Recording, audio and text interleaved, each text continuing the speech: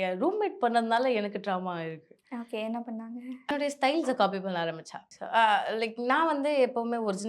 Originality தான் பார்ப்பேன் நான். மிக்ஸ் அண்ட் மேட்ச் பண்றதுனால எனக்கு என் பாடிக்கு என்ன ஃபிட் ஆகுதோ, எனக்கு என்ன சூட் ஆகுதோ, அது ஒரு பெரிய ஆராய்ச்சி பண்ணி பெட் ஃபுல்லா நாசம் பண்ணி 10 காஸ்டியூம 15 காஸ்டியூமா மாத்தி ஒண்ணுத்துக்கும் ஒண்ணுத்துக்கும் சம்மந்தமே இல்லாம போட்டு ஒரு காம்பினேஷன் வந்தது. லைக் இது மாரி போட்டுருவேன் நான். அத பார்த்துட்டு அவளுக்கு இன்ஸ்பயர் ஆச்சு போல இருக்கு.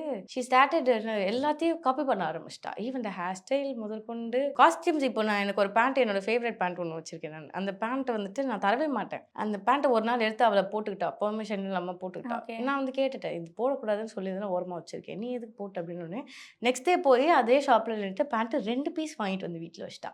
ஓகே. ஸோ இந்த மாரிலாம் வந்துட்டு ட்ராமடைஸ் ஆயிருக்கேன் நானு. ஸோ அ அதனால கட் சாப் நீ ஓரமா போயிடு அப்படின்னு சொல்லிட்டு அந்த பொண்ணு தட்டி விட்டுட்டு நான் back to my mom's place. So எனக்கு வந்து இல்ல.